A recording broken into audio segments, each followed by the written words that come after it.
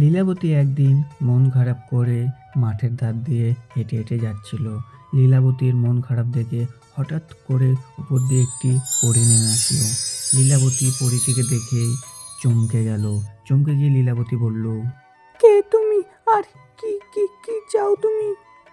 আমি ঘাস পড়ি, আমি তোমার মনের কষ্ট শুনে উপর থেকে এসেছি।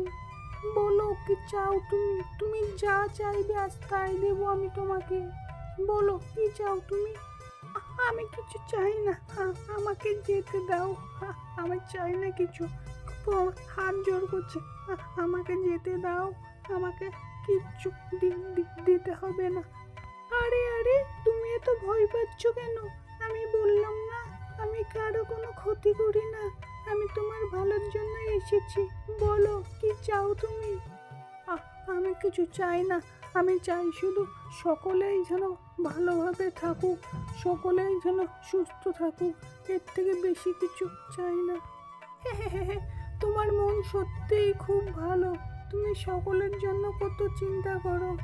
যথাস্তু, তোমার সকল মনের ইচ্ছা পূরণ হোক। আমি তবে আসি। হ্যাঁ, ঘাস পড়ি, অসংখ্য ধন্যবাদ তোমাকে আমাকে এমন বর দেওয়ার জন্য। আমি খুব খুশি। হ্যাঁ, খুব খুশি, আমি খুব খুশি। খুব খুশি। তার মন ভীষণ খুশি। সে নাচতে নাচতে তার বাড়ির দিকে যাচ্ছে। প্রিয় বন্ধুগণ, ভিডিওটি ভালো লাগলে লাইক কমেন্ট করবেন আর ভিডিওটি শেয়ার করে একটু সাপোর্ট করবেন।